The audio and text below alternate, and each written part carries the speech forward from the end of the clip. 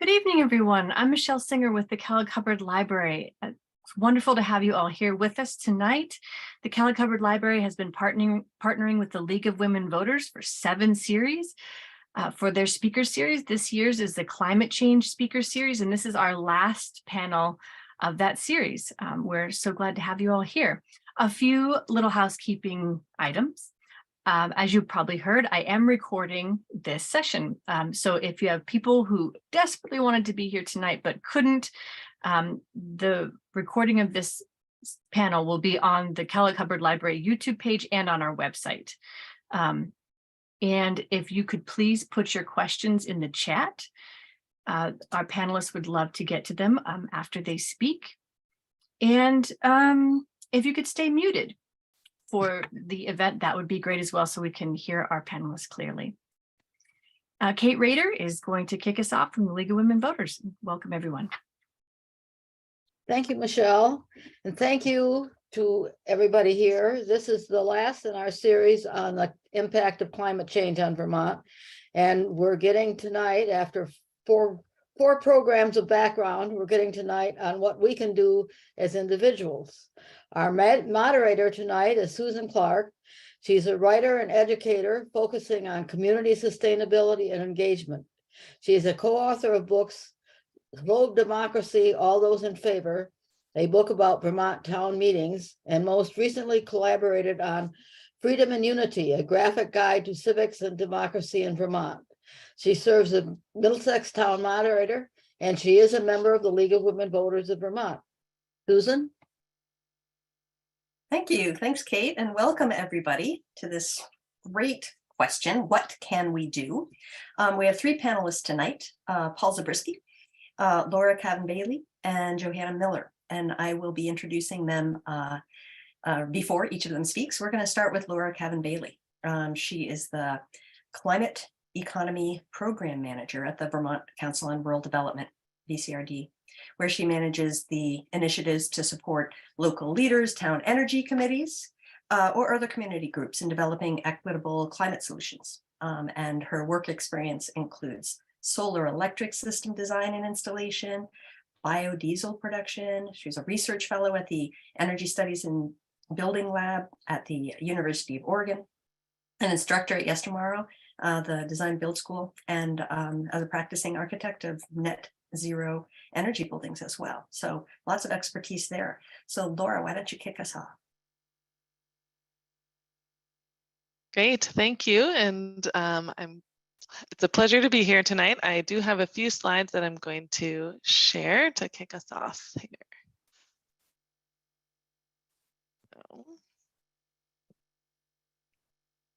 All right, what can we do? That is a big question, and I think we're going to dig into that in a number of different ways today. But I first want to set the stage of what VCRD is and what we do. Our mission statement is to help Vermont citizens build prosperous and resilient communities through democratic engagement, marshaling resources, and collective action.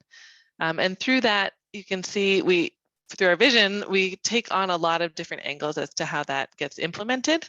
The programs that I manage are under the Climate Economy initiatives, and so just wanted to give a quick overview of what we're working on currently and kind of how we're implementing within communities, and where people can also engage with us. So the first is the Climate Catalyst Leadership Program, and that is in the 4th year currently, and we've had over 60 individuals participate in that program to progress individual projects within their own communities. The second is the Climate Catalyst Innovation Fund. This has been running for 2 years, and we have leveraged over $120,000 and distributed those to 43 different projects throughout the state. And the third part is the Climate Economy Resilient Communities Program. And this sprung out of a lot of the community engagement facilitation work that VCRD does on a community level, and focusing it on climate economy initiatives, as well as tailoring it to specific needs that a community may have, such as community engagement, strategic planning, prioritization, or program implementation as well. So I'm going to go over kind of big picture, what are some of the components to successful community projects? The first being meaningful engagement and a shared vision. And this happens on a number of different ways, but just bringing people together through a broad engagement process is a key pillar. The next is project-based motivation. And as many people know, this window dresser project that many communities have been taking on is a great example of bringing people together, working across lines, non-political, just coming together to get their hands into a project and to meet people along the way. And that energy really builds momentum and gets people excited and has a tangible result too at the end.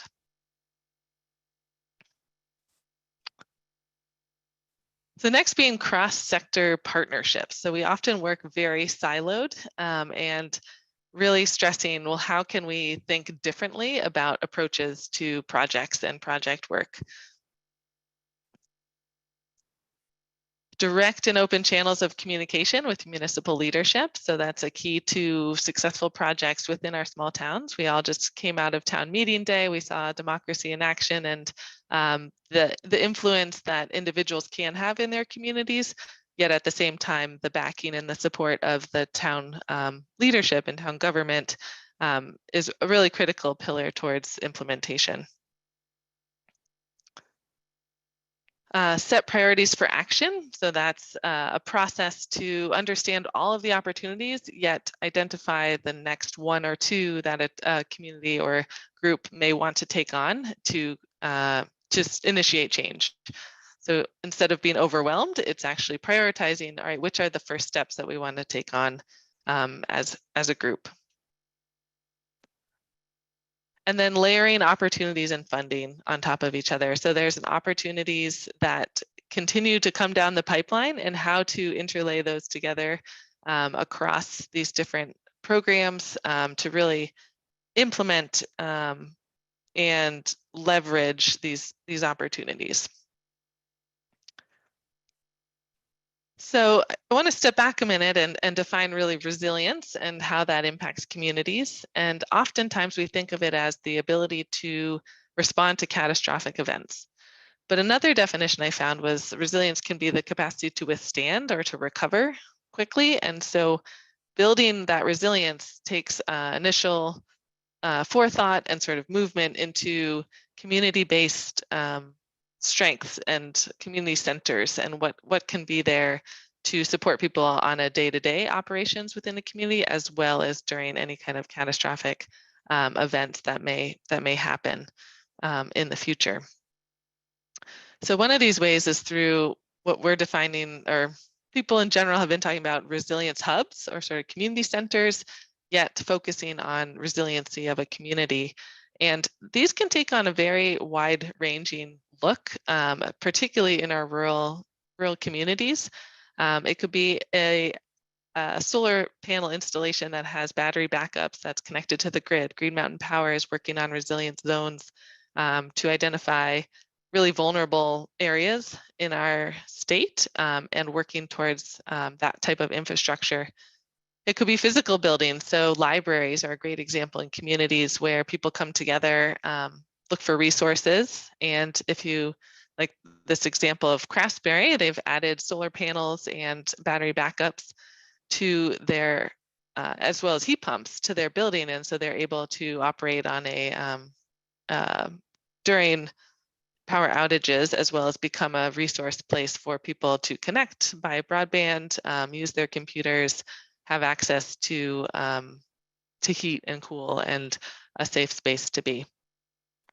But it's really thinking about how to take some of these existing infrastructure and existing programming and start to interlay them together into a broader, comprehensive community support network with underlying looking at the energy infrastructure needed to support a lot of those initiatives.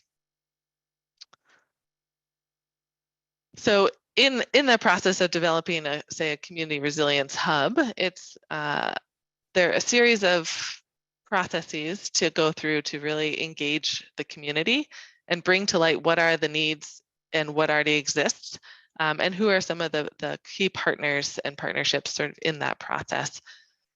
So by bringing people together, hearing what the ideas and the needs are in a community, it's going to be very tailored to each community, yet have some similar threads throughout it.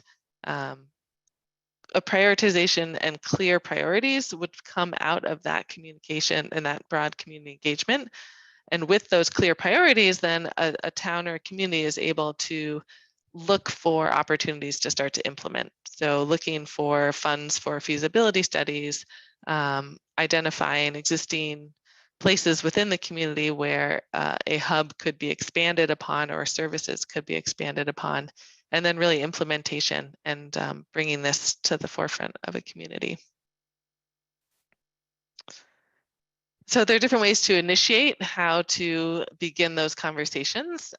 There's a few different aspects to it, one being the municipal scale and sort of what exists, and communicating with town leaderships and staff to identify, are there infrastructure projects that are coming up and priorities that are already have been identified.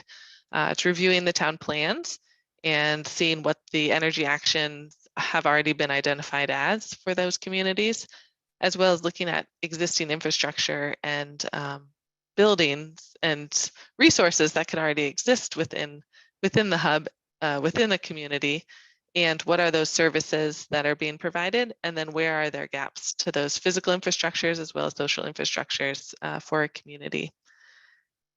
And the second fold of that is really engaging the community and hearing what are the opportunities, what are the needs, what already exists, and creating that prioritization vision for the future of that community. There are technical resources available through utilities, the regional planning commissions, VCRD, the VCAN network, neighboring towns. There's the opportunity to really expand partnerships in this work. So with that, I'm going to leave with a few resources that will be part of the slide deck that can be posted. The Vermont Council on Rural Development has a really wonderful community leadership guide that has a PDF on our website, and it talks towards how to engage community members. It speaks to some of the best practices, some of the challenges of that, and really start to create those conversations amongst different parties that may not already exist. So I look forward to questions and hearing from the other folks. All right, great. Well, thank you. Thanks, Laura. Save your questions or put them in the chat. We will move on to our second speaker. Johanna Miller is the Energy and Climate Program Director at the Vermont Natural Resources Council in Montpelier. Johanna also serves as the coordinator of the Vermont Energy and Climate Action Network, the statewide network of over 120 all volunteer town energy and climate action committees and the partners who support them. So in these roles, Johanna works from the grassroots to the legislature to help advance clean energy and climate action programs and policies designed to equitably and actually cut planet warming, health harming climate pollution. So Johanna, hold forth. Thank you, Susan, and thank you everyone for joining us this evening. And to Kellogg Hubbard, my favorite library, and the League of Women Voters for hosting the conversation. It's good to be here. Michelle, I might show just a couple of slides if that's possible. Yeah, and then thanks. I'm going to start with just a little bit more about VNRC and our work, to then talk about what individuals can do. So as Susan noted, I work for the Vermont Natural Resources Council. We're a statewide environmental education and advocacy organization based here in the capital city of Montpelier. So we do a lot of work in our beautiful citizen-led legislature and in that beautiful state house. And then we also do a lot of work at the local level. We partner with the Vermont Council on Rural Development in the VCAN network, which is that network of town energy committees. And that work at the local level really informs our policy advocacy. So it's a fundamental foundation for the work that I do on the energy and climate program.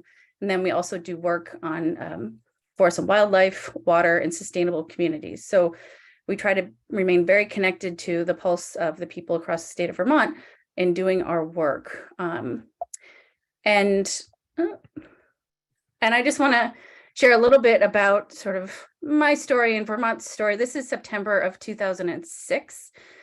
This, if you can see back here, is Bill McKibben with his trusty baseball cap.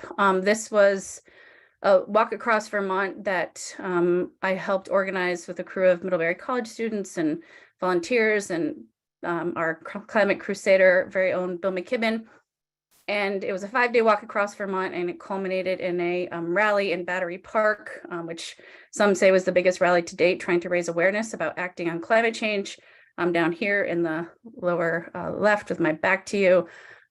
This is the same year that Vermont put its greenhouse gas emission goals in statute and set targets in line with the climate science, and then proceeded to blow by those targets, lacking sort of the will to actually enact the policies and the programs that were actually going to drive the change.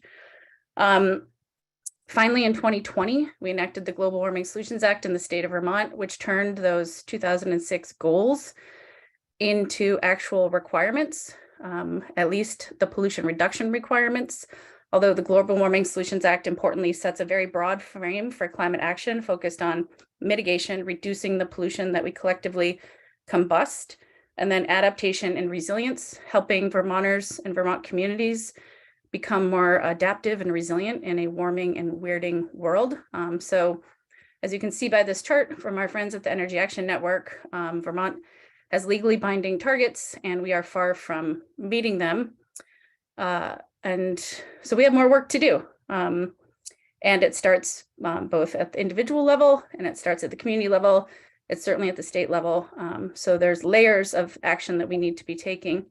So I'm going to speak pretty quickly about the big buckets. Clearly, in rural Vermont, how we get where we need to go is a big piece of the emissions that we collectively emit, how we power our homes and buildings, the electricity we use, and how we heat those homes and buildings. And so I have borrowed from the amazing author Michael Pollan in thinking about how we transition. And I, for us, I think in this transition, the goal is to use renewables, not too many of those renewables, and mostly electricity. So making sure that the power that we use to get where we need to go, heat our homes, electrify everything, is from the cleanest energy sources possible as we move away from fossil fuels. And then again, we need to help our communities adapt in a warming world, and that goes in line with things like investing in our agriculture and our working in natural lands, and ensuring that we have management practices that mitigate emissions and improve resilience, and we build on our natural assets and embrace nature-based solutions. So through strategic conservation and healthy waterways. So there's lots of different components to the work that we need to do. I know that this conversation tonight is really focused on what we can be doing as individuals. And so, I think we can be doing a lot. Each of us has influence, and each of us stands to benefit personally from making better choices for the planet. Our wallets, our health, our environment will benefit from those good choices. And it starts with the choices that we make. So when you need to replace a car or any other piece of equipment, you can choose to never buy anything that needs fossil fuels. And that's important because it's going to cost you less to operate. It's going to be better for the air and water. It's going to reduce our dependence on foreign oil and connected to foreign wars. So there's a lot of things that we can do personally. And again, I just would underscore that to do this at the scale and pace that we need to drive the change that we need in line with the climate science, it's going to require a systemic and equitable approach. And that's where I think policy is actually fundamental to making that happen. But when it comes to individual choices, I just want to hit a couple of quick highlights in 4 big buckets in the sort of range of their greenhouse gas emissions. In beautiful rural Vermont, transportation is our largest source of emissions. So in terms of what we can do when it comes to our transportation system, our cars, either going without one, using public transit, carpooling, biking, or walking, or if you need a car, which a lot of Vermonters do, switching to a more fuel efficient vehicle, or better yet, an electric vehicle is going to reduce emissions. And thankfully, as you're going to hear from my friend Paul Zabriskie at Capstone Community Action, there are many programs like Mileage Smart and Replace Your Ride that help Vermonters, especially lower income Vermonters, actually make those kinds of investments possible. So transportation is a big one. We can reduce air travel. If you must travel, you can, offset those emissions if you can. But that's the transportation sector. There's a lot more to talk about there. But when it comes to our homes, how we stay warm in this cold climate, this is the second highest source of climate pollution. So weatherizing our homes, making sure that we are not wasting energy, heating the outdoors, as my dad used to say. So starting first, if you haven't already done that, getting a home energy audit assessment to identify the highest priorities to reduce leakages in your home, tightening the envelope, and then other things like switching, how you stay warm to more high efficiency cold climate heat pumps that can heat and cool at far less cost per month compared to fossil fuels often, just being incredibly efficient with your water, with cooking. There's incredible new resources like induction cook stoves, cooking with magnets. There's incentives for these more efficient appliances. And I think many say, I have not yet invested in one, I hope to, that it's amazing how fast these induction cooktops can boil water with far less energy consumption and no indoor air pollution if you have a natural gas fired stove. And my daughter's very favorite show, The Great British Baking Show, they use induction cooktops, so they're really wonderful. A couple of other things, sort of how we power our homes, our electricity, to the degree that it is possible. And again, there are incentives out there to help folks do this, switching to renewables, either through your utility or on your own home. And there's more work to do there to make sure that those options are available to everyone. But again, like when it comes to the power sector, switching appliances to highest efficiency Energy Star related appliances, really important. And then there's other things that we can do here, like how we eat and what we eat, eating fewer animals and more plants. I think as we all know, this is a funny fact for my 11-year-old, cows burp a lot of methane into the atmosphere, enteric fermentation it's called. And it's a powerful greenhouse gas. It's a methane gas, and it has 80 times more power of carbon dioxide in terms of global warming. So more plants, fewer animals, all the other things that I'm sure many of you do, purchasing local and organic, growing your own food, even in tiny spaces, reducing food waste and plastic packaging. A bunch of these are win-wins for the planet and pocketbook, and, like things like reducing food waste and packaging because plastics are made from fossil fuels. Again, good for the planet. There are many other things we can do here, and I'm going to share a list of some of these with the organizing team in case it's helpful for you all. But thinking about things that what we can do to take care of our yard with less fossil fuel dependence through more electric lawn equipment, etc. And then doing what we can using the power of the purse, divesting, not purchasing fossil fuels, and then really importantly, I'm going to sort of end with this big bucket of work.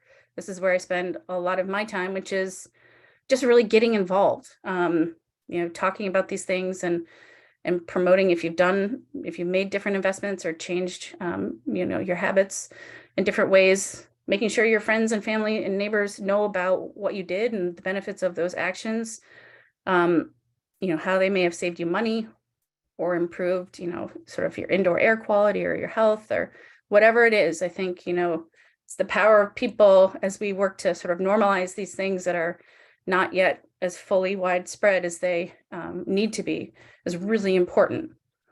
And of course, doing, I think, what I hope all of us did yesterday on town meeting, sort of getting out and voting for candidates that support policies and programs that are going to support this needed energy transition in a just and equitable way, and raising your voice on policy issues. In Vermont, we are lucky to have a citizen-led legislature with an accessible legislative, legislature, hardworking elected officials that are responsive to their constituents. If you want to ensure that they are supported and they, that you want them to support really important big climate bills, like big bills that are being discussed this session that I hope move forward, that are going to begin to gradually and more equitably transition the way we heat our homes.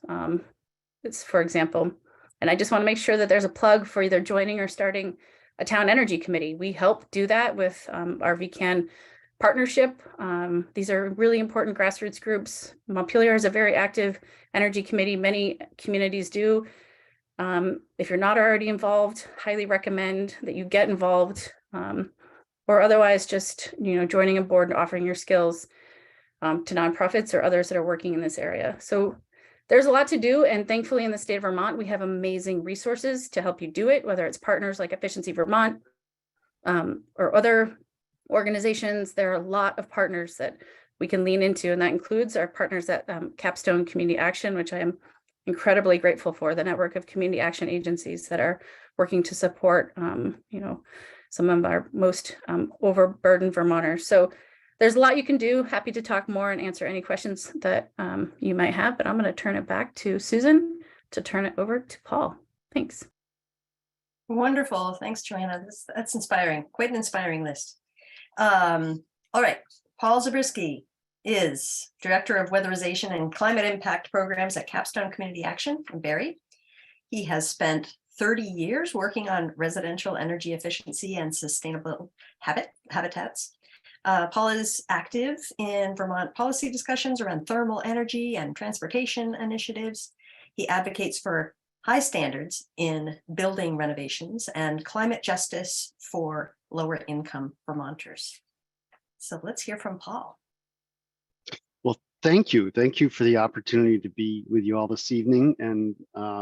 And Laura and Johanna, I feel like I've been in front of a fire hose here.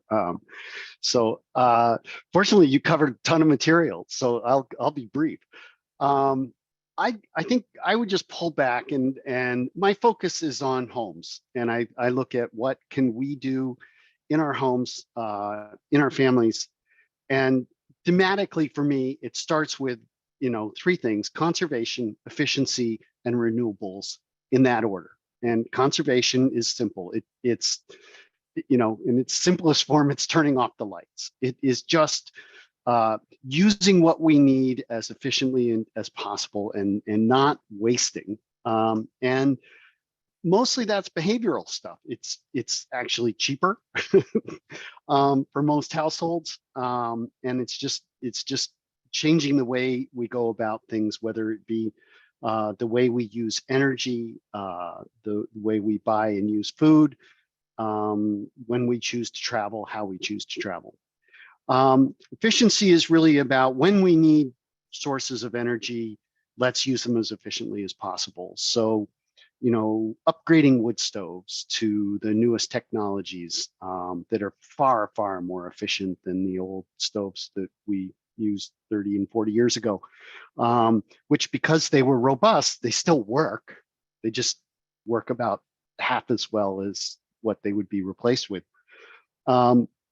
Adopting new technologies, cold climate heat pumps are wonderful technologies. But before we get to cold climate heat pumps, I'll go back to conservation.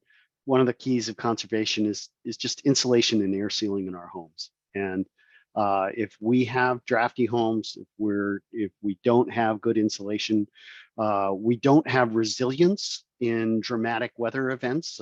So when we do have the big storms and we lose power, a well-insulated home will last much longer before we get into crisis mode.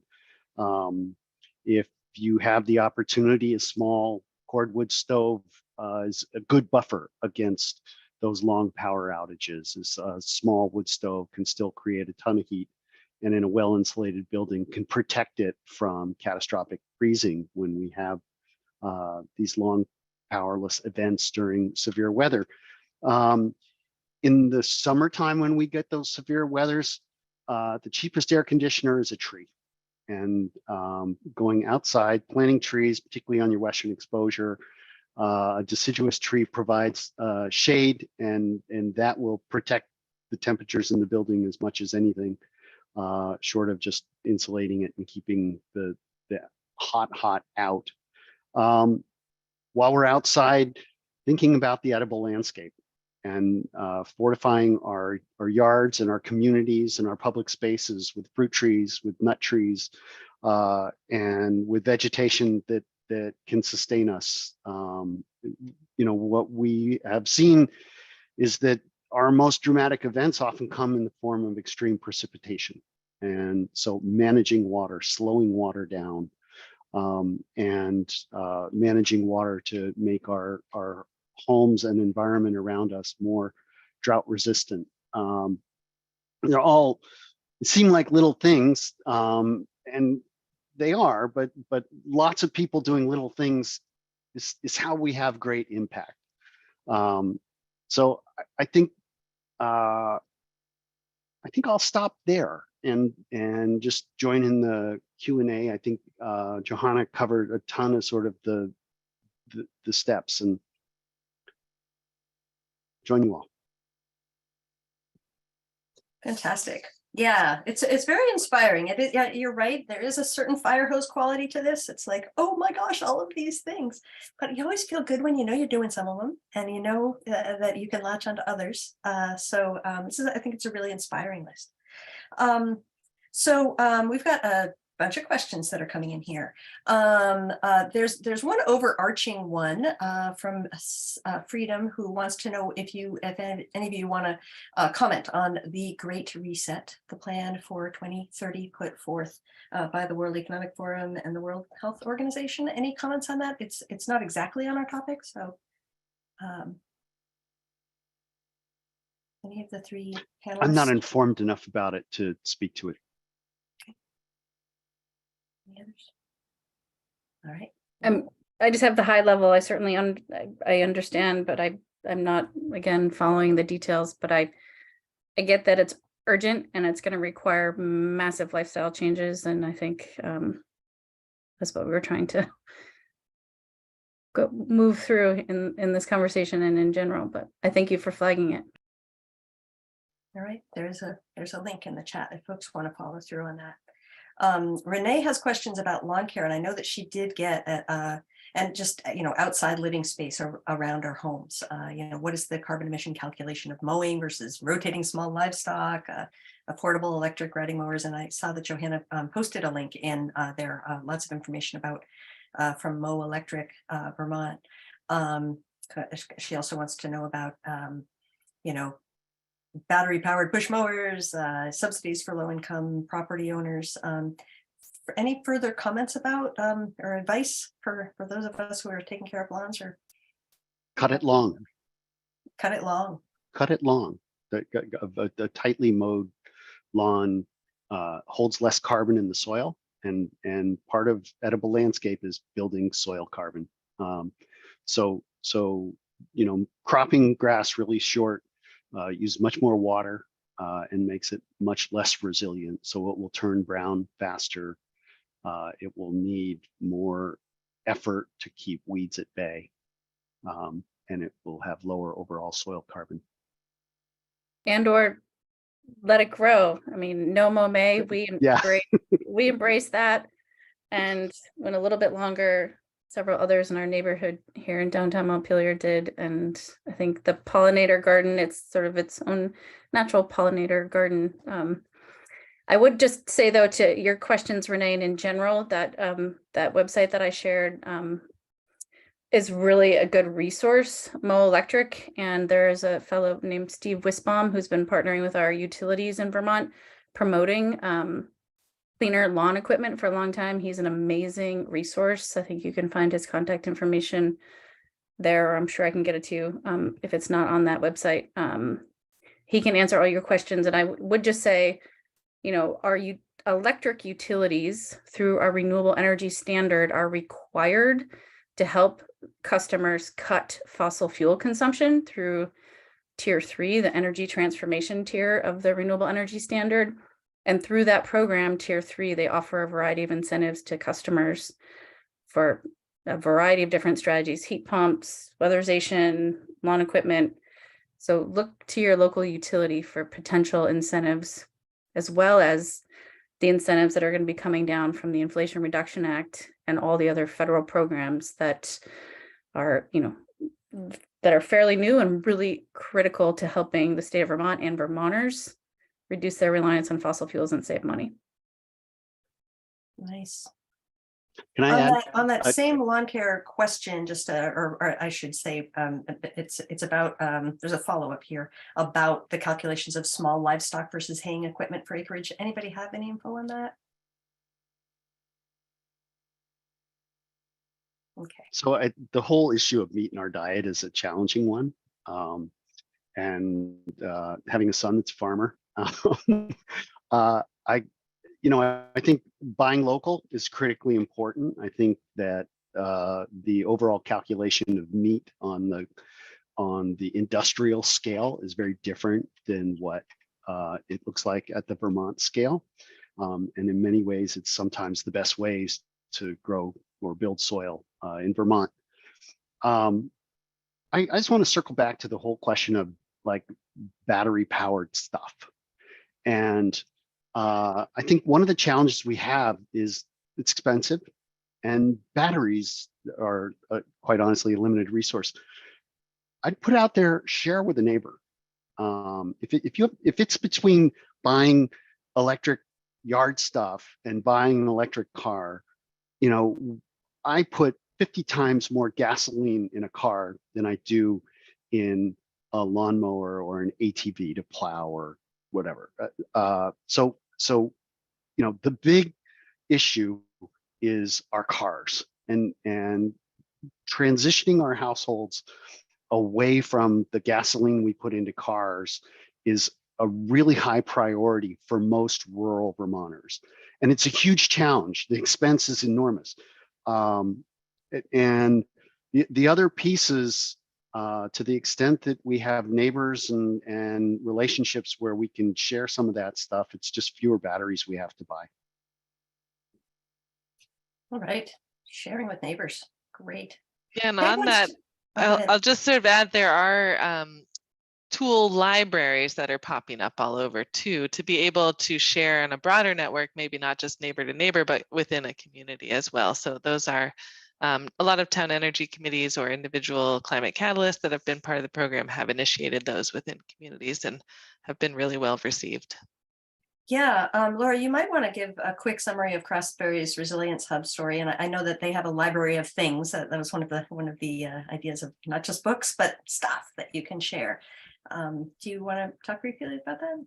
Yeah, I can speak briefly to it. I did put a link to the VCAN winter webinar that Vince O'Connell and Ned Houston were present there on the energy committee in Craftsberry, and they really spearheaded the project, so can speak to the specifics of it. And really, they started with a larger vision of a solar array that would then support the schools and have a larger resilience hub aspect, but challenges with utilities and whatnot scaled down the project to the library. So it was a really manageable first project for them to take on. It essentially enabled the library to put in a heat pump, have heating, cooling, be a sheltered center, as well as connect the renewable energy with the battery backup system to house their small food shelf distribution center is there, so they can keep produce refrigerated and accessible to community members. And libraries are inherently a place to connect and communicate, and so people can also access Wi-Fi and broadband there. if there are power outages, but then also expanding those opportunities for day-to-day operations as well. And overall, it's bringing the cost of the library's daily functions down by having the renewable energy system and battery backup just as an operational everyday level. And then it's also adding these potentials for different operating modes, as well as bringing different resources and different layering of services into their building. Great. We can check out what's happening in Craftsbury. That's I'm sure an inspiring model. Jeff says we talk about what we should be doing, but there are some things that maybe we should not be doing.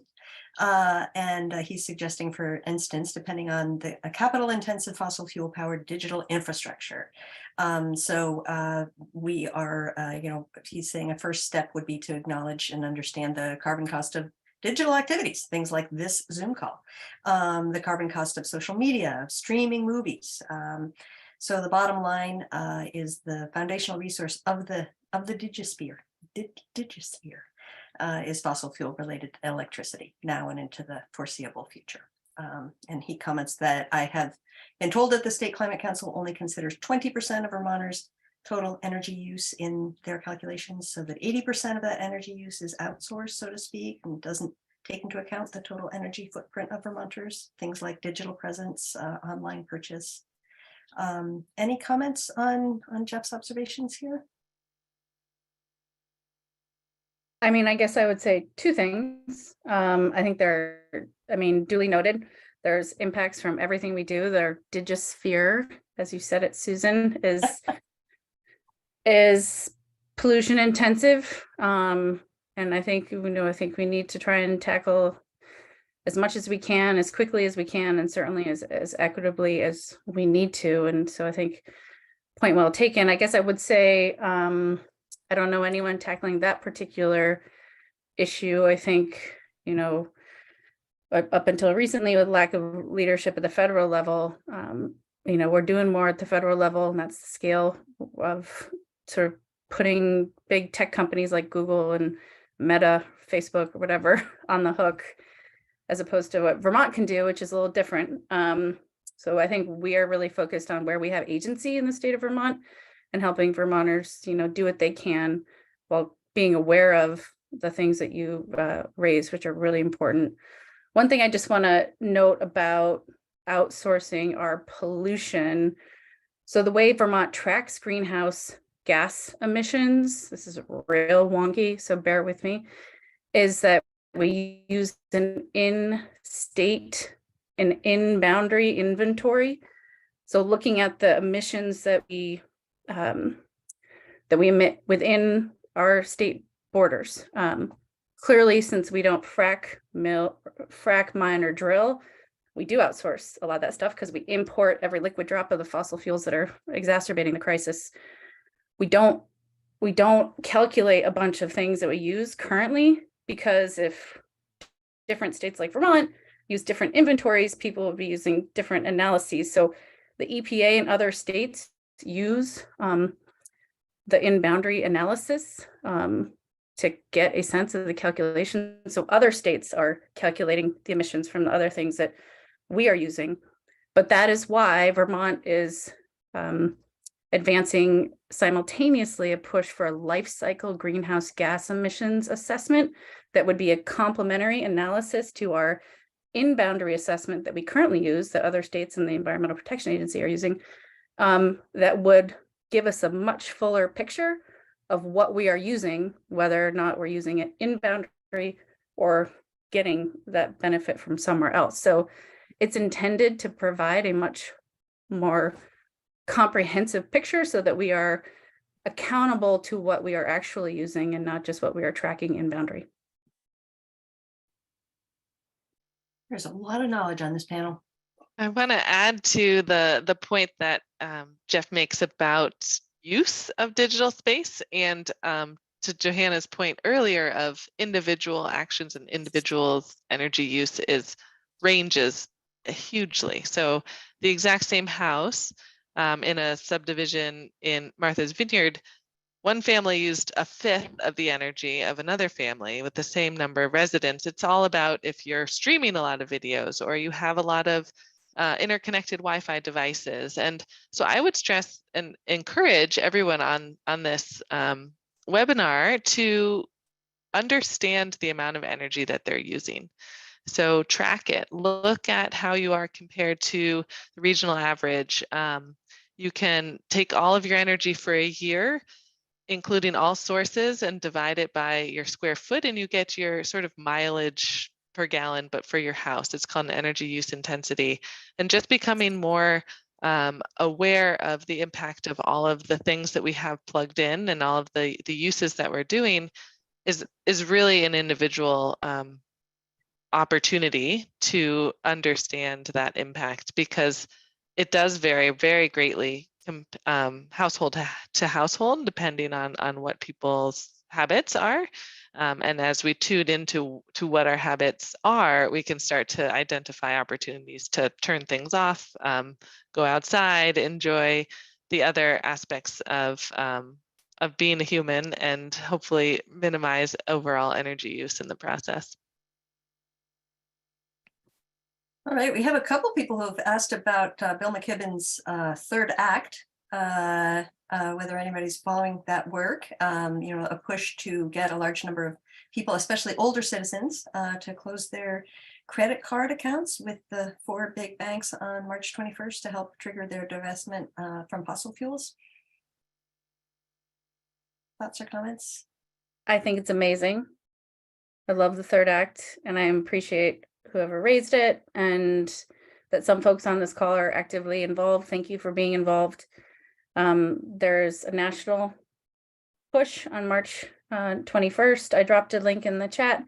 There is a national movement, and then there is a third act Vermont where you can sign up and get involved. So there will be actions around the banks on the 21st, but there are also efforts through the third act Vermont to try to engage more locally in state conversations here in the state of Vermont. It's an amazing resource, and I'll drop that link in the chat again. So for those of you who may be of age and interested, I've had the pleasure of working with some of the leaders, and I just think it's really important to be engaged. All right.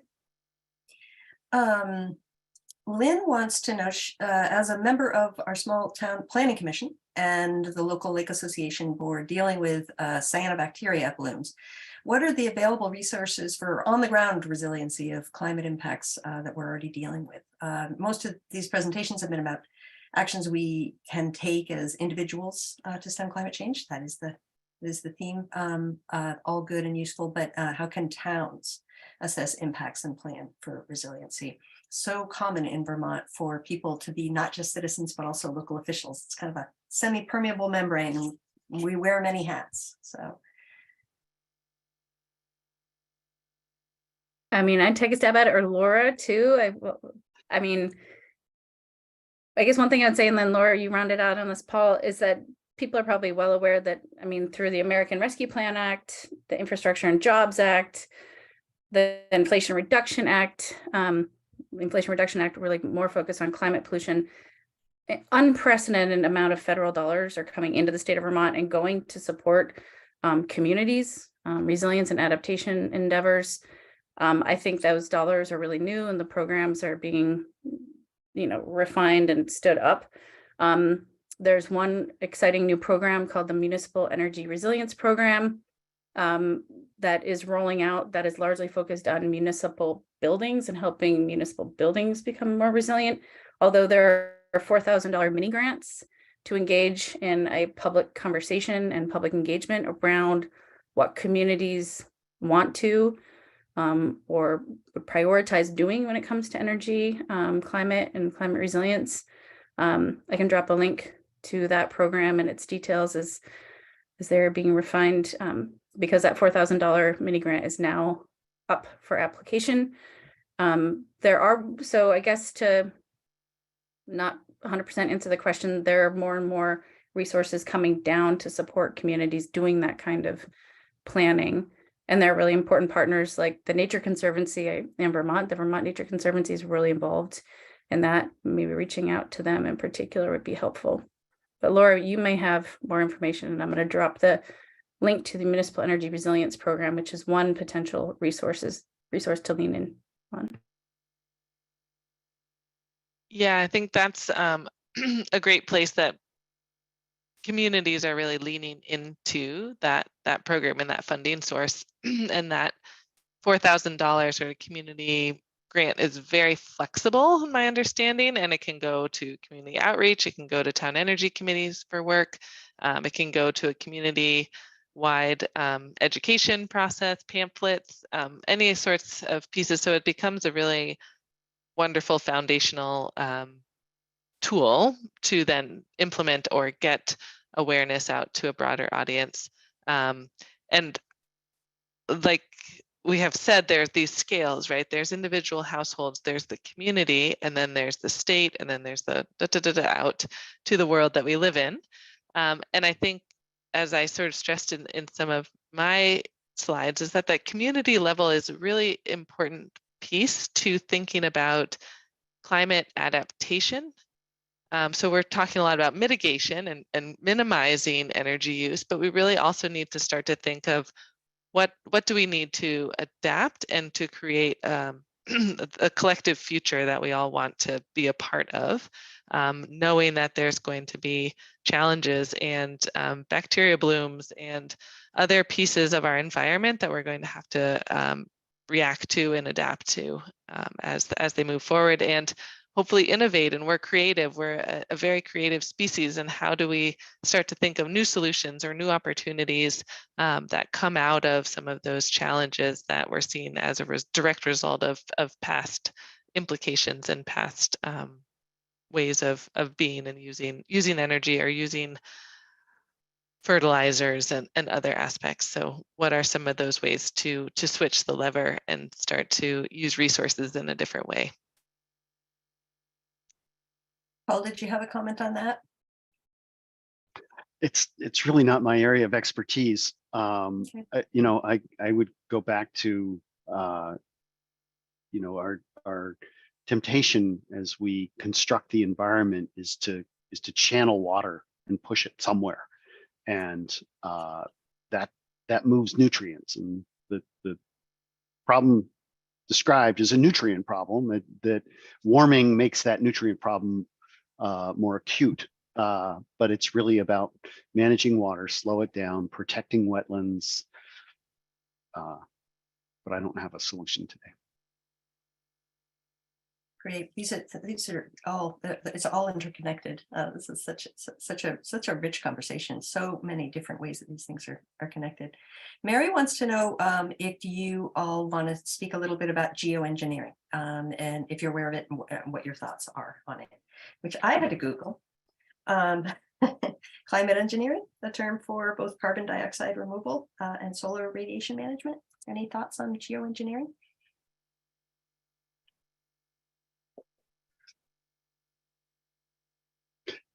This gets dark, not to put a pun on it, but it is an incredibly challenging topic. It's sort of admitting you've lost the battle, and it's tinkering on a scale that our history suggests we're not very good at. So I don't pretend to deeply understand the science. I think, for myself, all I can do is focus on slowing down the need to take drastic steps and enormous risks.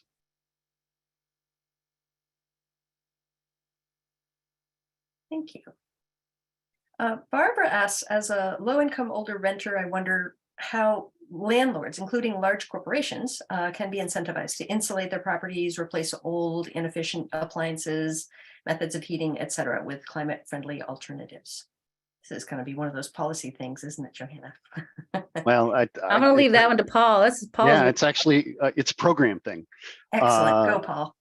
3E Thermal in Vermont is your landlord's resource for the technical expertise and incentives to reduce thermal energy consumption. It would be insulation, air sealing, changing out heat sources, electrifying buildings.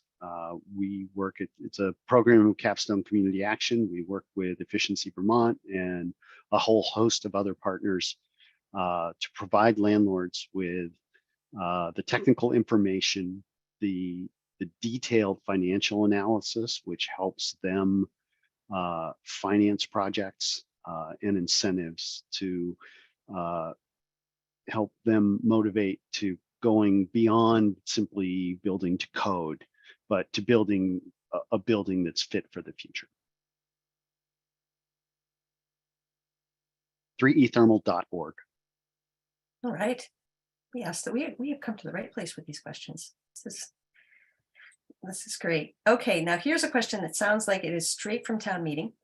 Options for heating a town garage with large truck bays where trucks come in and go out often. Energy audit was done and followed up, says Bernard. Furnace needs replacing. I suspect that advanced wood likely not able to recover garage bay temperature quickly enough after the bay doors open for trucks. Is there any place to learn more? Also about mitigating elements like air screens to prevent some heat loss out bay doors when opened for trucks.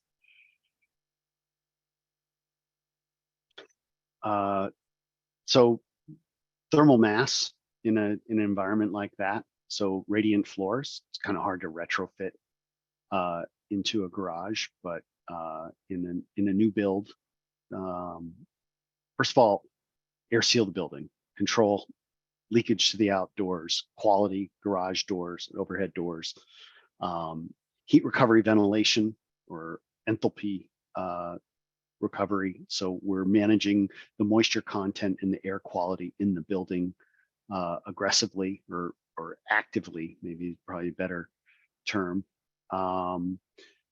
Heat pumps can actually move a lot of energy in a hurry if they're sized correctly. I would not be investing in fossil fuel in 2023. I don't care what the building is. Fix the building before you choose to reinvest in a fossil fuel appliance. Would be my general suggestion. What's the difference between geothermal systems and heat pumps? Somebody wants to know that. Unless, oh wait, did somebody want to follow up on what Paul just said? I'll just add to the garage conversation, and I know it is a very challenging building type because the doors are opening and then there's exhaust from the equipment in there that needs to be getting out of the building, and so there is a very high turnover required for ventilation, but as well as just sort of natural turnover of those spaces. And definitely to Paul's point of thermal mass and radiant opportunities, unfortunately there's not a lot of options of air to water heat pumps in the US yet, but they're coming. They keep saying they're coming. The air to air heat pumps would likely not be able to keep up with that type of transfer required or sort of a volume of air movement in that space. But I question the opportunities in a town garage. Like, what are the set points? Are there spaces that need to be heated all the time? And kind of, are there creative ways to think about what is the thermal envelope? Where are things? What are the zones? How do you treat things differently within a workshop versus just a storage space for a vehicle? And really think about how we use a building to then optimize sort of the systems and the active systems that are needed to heat and ventilate those spaces. Okay. Yeah, there was a question, since we're talking about these different, what is the difference between geothermal systems and heat pumps? Deborah wants to know which system is better, if you have a comment on that. I can do a very quick overview. A heat pump is simply a device that moves heat from one place to another. Your refrigerator is the best example. It moves heat from the inside of the box through the coils to the floor and blows it out onto the kitchen floor. And an air-to-air heat pump it is doing that. We often call them mini splits, when they're sized sort of one outdoor unit to one indoor unit. That's taking heat from the outdoors and pushing it into the indoors. We have air, water to air heat pumps or air to water heat pumps, which take heat from the outdoors and push it into water heaters, and store that heat from the outdoors in the form of water. Typically, we're hoping for water temperatures around 120 degrees. So it's not going to heat water to the temperature of a boiler, which might be 180 degrees. But it's a very compatible technology with many radiant systems. So you have outside is your source of energy, the outdoors. You're using a heat pump to put it into another form of energy. It can be air or water. And then you have distribution, which could be blowing it around in the air or moving it around in water. A ground source or geothermal heat pump is taking energy from the ground, typically moving it in the form of water, circulating water in wells or in large loops that are dug into the ground below the frost line. And so it's taking water that is the temperature of the ground. Let's say it's 50 degrees.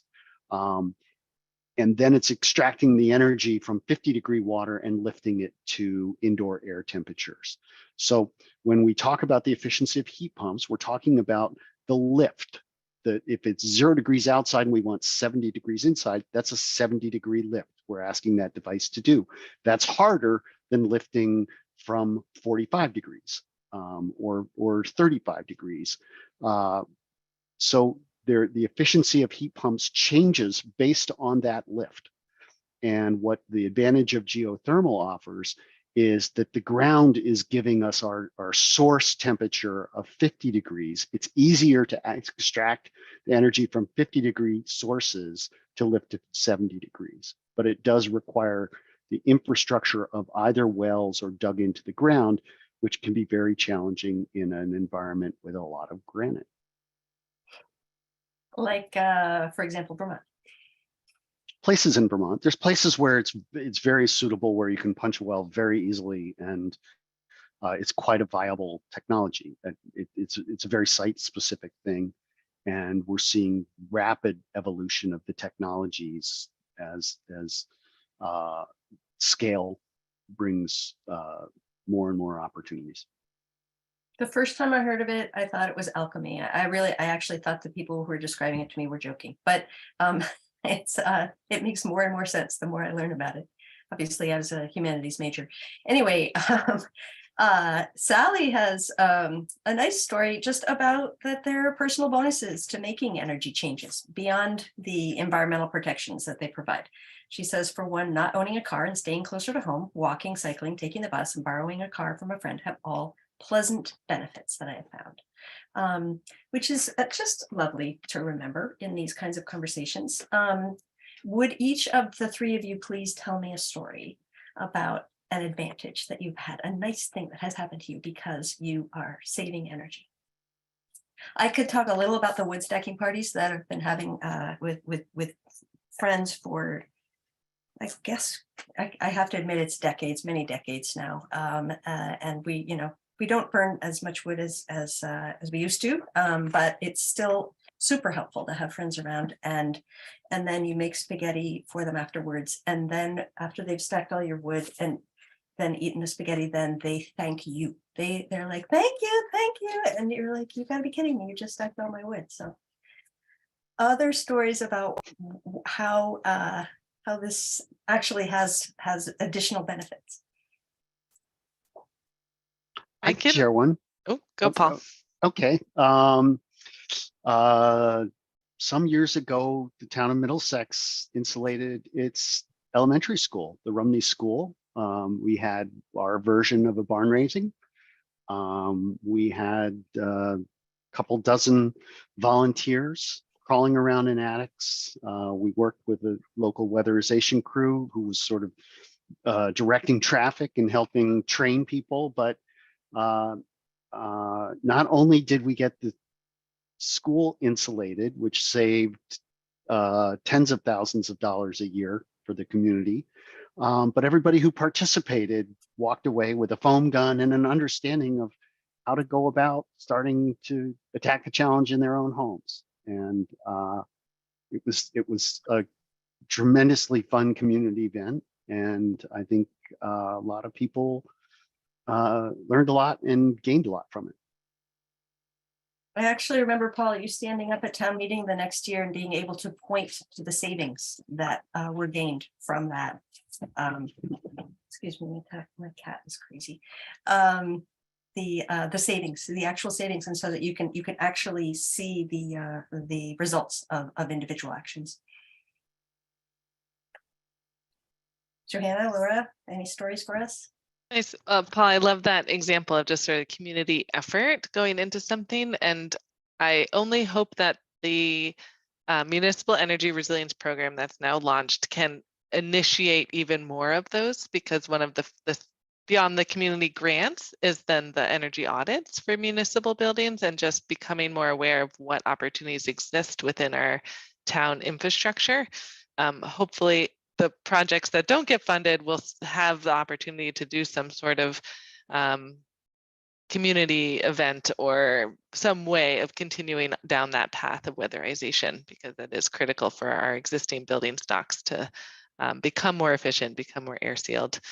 And I want to share, speaking to Susan's question about things that just happened yesterday. So my town meeting was at the local elementary school, which is very close to where I live. And albeit I don't live in a town center, because Fayston does not really have a town center, but I have a trail network out the back of my little street, and I was able to ski to town meeting in almost less time than it would take to drive there. And I hung up my skis and walked in and participated, and then skied home and extended the ski on the way home. So just an opportunity to be out in the woods and connected to my rural community in a way that I am able. So thanks. Well, I'm going to give you a little bit of a different flavor, and I think that's amazing, Laura. I live here in the beautiful urban metropolis of Montpelier, where oftentimes my world is very small, where I walk like 6 blocks to work and 7 blocks to the State House and 10 blocks to my daughter's middle school.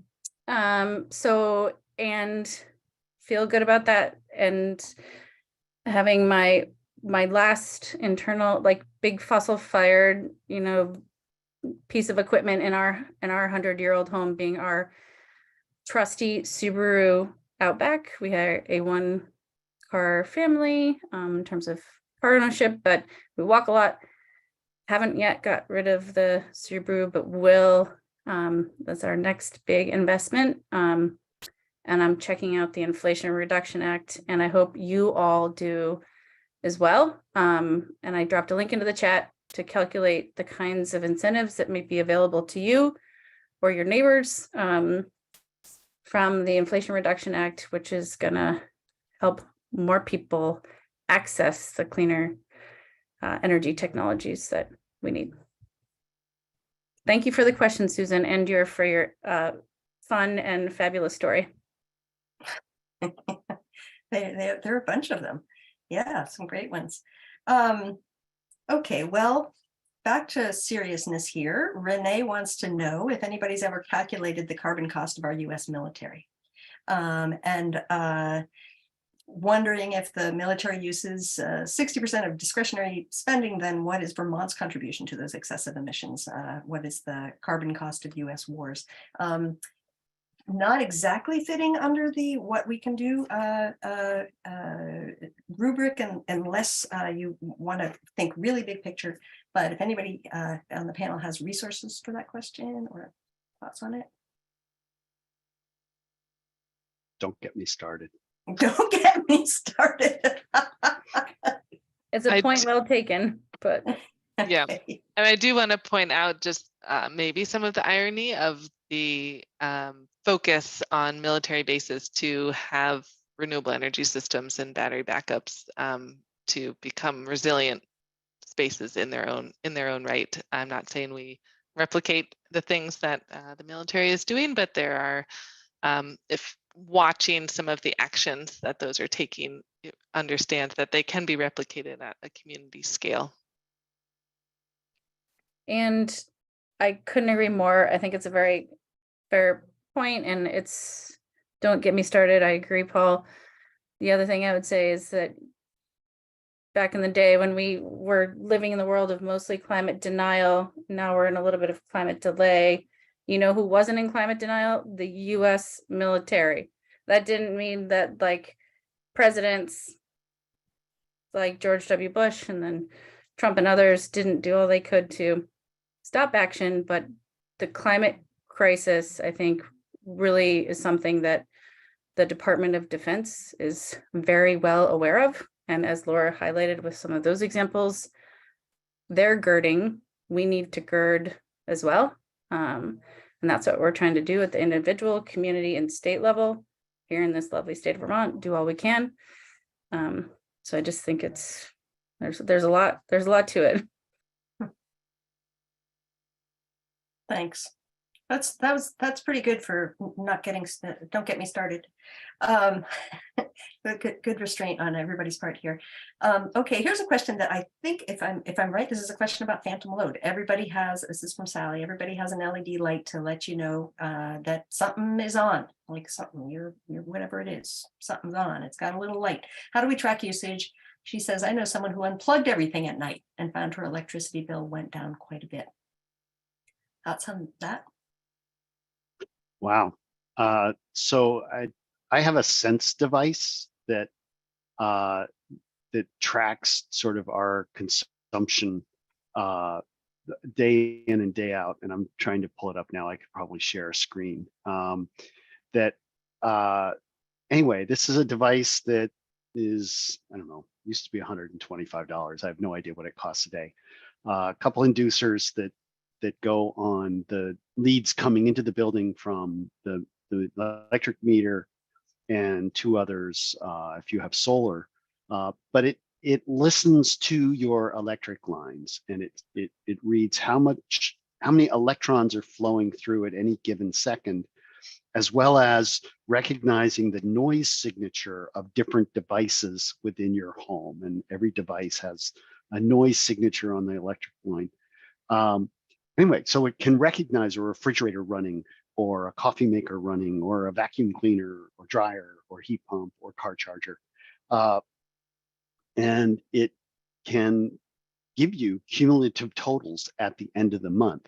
And then there's this whole other group of, it's called always on, and it because it's always on, it doesn't have a recognizable signature, because it's all just part of the chord of music that is your electrical panel's unique characteristic. And anyway, so the Sense device is a device, and there's a handful of other tools out there. The Kilowatt is a handy plug-in thing that just gives you a reading of any single device and what it's using. But generally speaking, if it's plugged in, it's using some power. There's not many things left in our world that don't.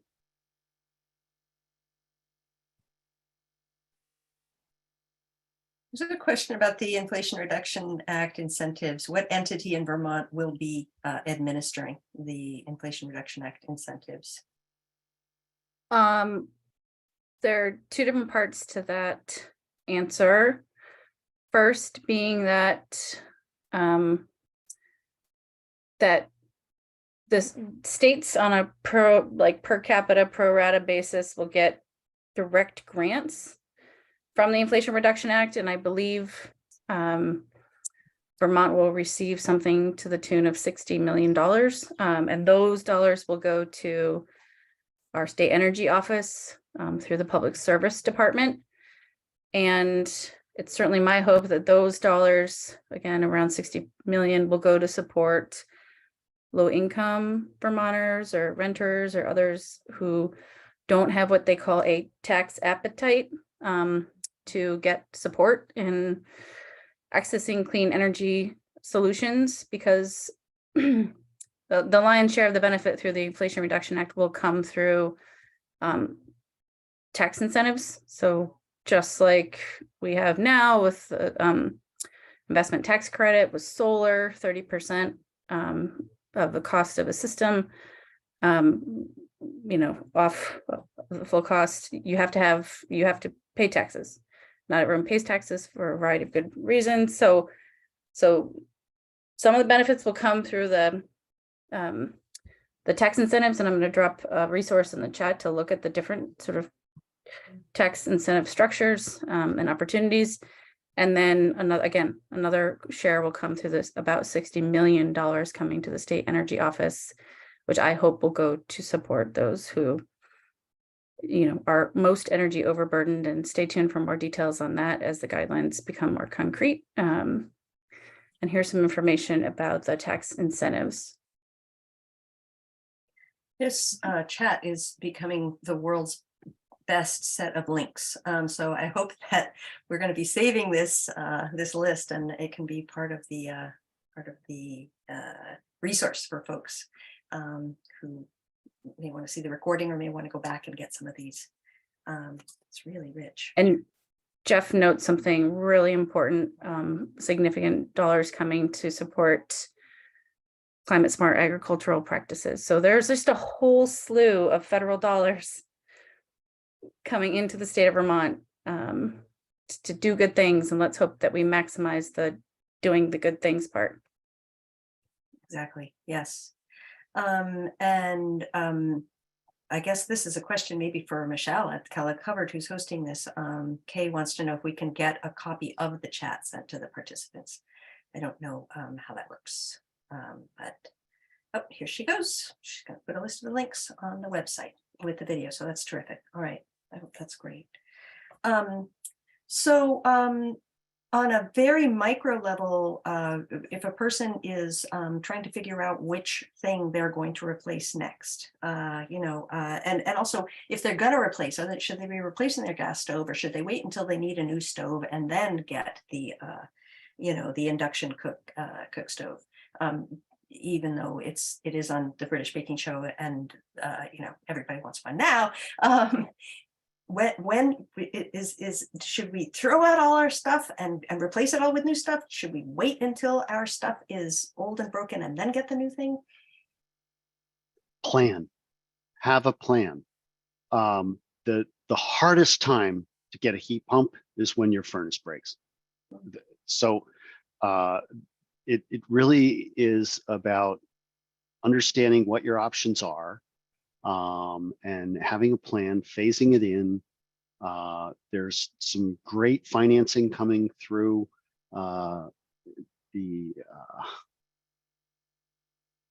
forgetting the name of the program, through VHFA, but financing on your electric bill. So there's opportunities coming, but having a plan for the various stuff in your house is the way to go about it. And that includes the electric service coming in. If you have a old home with 60 watt or 60 amp service or 100 amp service, that may need upgrading. And that's a complication that you want to address sooner rather than later, because it may limit your ability to do high-speed car charging and induction cooktops and heat pump hot water heaters. I should just say that there is programs coming. I believe that the Department of Public Service got $20 million for a program to help with surface upgrades for income eligible households. I haven't seen anything related to how that plan is rolling out. But so there's opportunities coming, but studying up on some of these various technologies and having a plan, and they're often complementary. Like I would advise somebody to go with a heat pump before their propane furnace dies. So it's running much less oftentimes, but it's there as backup. I wouldn't tear out a working system. Transitioning to cordwood, as I said earlier, is a important backup. If you are in a particularly larger, older buildings that are really hard to insulate well. Having a backup is a good thing. Backup that doesn't require electricity. If only I could get my my wood stove to also flush my toilets when the power goes out. That would be great, but haven't figured out that connection yet. But so Renee It's wants called to buckets, know, Susan. I know Buckets and believe me, I knowing know. where there's running water around your house. I you know. I know, I know. It would be easier. That's all. Renee wants to know if you have any comments on passive solar via south-facing window exposure or south-facing solar hot air heater. My comment is that it's great. Unfortunately, we're not building a lot of new homes or housing in the state of Vermont right now, which is a whole other issue. To the degree that we should be looking at strategies like that and making them as energy efficient, and certainly not locking any of those new buildings into fossil fuels.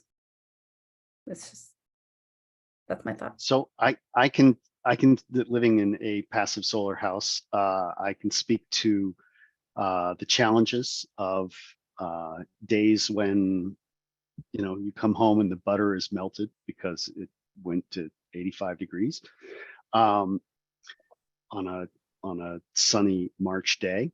But overglazing is glass is R1. A double pane, maybe R3. If you have the resources to go with exceptional windows, and if I was replacing a window or buying a new window, I would buy exceptional windows. Go with triple glazed. There's some great options out there that are pushing towards R7. But passive solar tends to overglaze a building. So there's a lot of heat loss that goes along with the heat gain. And managing moisture in that environment becomes particularly critical. And anyway, so use the sun. I'm all for it. Just be really strategic about it.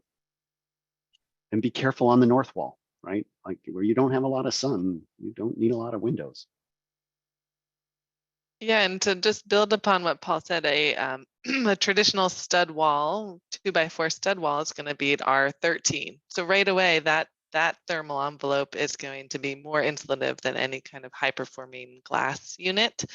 So making sure that those trade-offs exist and that you're not overglazing and not cooling your house more than you want to be heating it passively. But definitely open your shades when it is sunny. And if you have the opportunity to build, think about passive strategies. But even existing buildings can start to take on different thoughts. So you can just rearrange rooms depending on when you're using different spaces. And if you're sleeping in a space, you may not need to have that direct gain in the south side for your office, where you may want to have that extra heat during the day. So there can be some non-invasive ways of thinking about space as well. All right. Well, one final question, and this one really can be how you want to, you can also just use it as your closing remarks. But basically, the question about, Andrea wants to know about our carbon footprint and what kind of actual impact each of us can have on the larger global problems, permafrost and rise of sea, the sea rise, acidification of oceans. Thoughts on it's really right to our question of what can we do and what each of our impacts can be. So go ahead. Well, I just want to take this in maybe a little different direction, since we're talking to the League of Women Voters. The market-based economy that we live in incentivizes waste. It incentivizes externalizing impacts, and managing the task we have before us within the context of market-based economy requires some regulation. And there's a lot of efforts going to putting that in place. And I guess I implore Vermonters to become members of organizations that are watching and advocating for your values in government, And when they ask you to reach out and talk to your legislator, make that call. It is the most impactful thing we can do is change the structure of how our economy works to help us manage our way through this transition. And that happens with participation, and we can have a huge impact. We just have to be listening for when to do it, and when that call goes out, act. Especially in a state the scale of Vermont. I mean, I couldn't have said it better, and I thank you for saying it, Paul, especially for someone who has worked so closely with and for, you know, lower income Vermonters, you know, we really need to prioritize in this transition. I fundamentally believe, you know, my theory of change is to do all we need to do. We need supportive policy and regulatory frameworks to do it at the scale and pace that the crisis requires. And we, you know, our agency in Vermont is largely at the state level. To Paul's point, you know, we're pushing right now on an Affordable Heat Act, S5. It is a policy that will gradually begin to transform the heating sector so that our fossil fuel heating providers who have kept us warm for generations can continue their good and important work, but sell us options for staying warm rather than just fossil fuels. So it's not a perfect policy. It's going to be an iterative policy, but it is designed to deliver more cost-effective, affordable, cleaner heat technologies in line with the science. And we're going to need to lift a lot more in a lot of different sectors. And I hope that folks will stay tuned to my organization and others to figure out how to get involved and really participate. I mean, we have a still working democracy here in the state of Vermont. People care about climate change. Since 2006, we've been talking about it. Now is the moment to actually do something about it. And we're going to need your help to deliver. So I hope to do that with you all. And I just want to say thank you for the softball question at the end, Andrea. Your point is well taken. There's a lot of challenges, but we can all do what we can only do. So do as much as you can. And thank you, Kellogg Hubbard and the League of Women Voters for hosting this really important conversation. Thank you. Wonderful. Okay. Laura, did you have a last word you wanted to say, or it's hard act to follow? I think we'll end it there. It was just looking towards the positive impact Absolutely. that we can yes, as in the chat, when we do something and talk about it, it inspires others, says Sally. So thank you all for your just awe-inspiring wealth of knowledge that you have shared here. It's extraordinary how smart this panel is and how much information there is to share. And these are some terrific questions that folks have put in the chat. I'm very inspired by how engaged everybody is. And I hope that we've all been inspired by this conversation. So I want to really thank you all for participating, and thank the Kellogg Hubbard Library and the League of Women Voters for hosting that conversation. Thanks everyone for coming.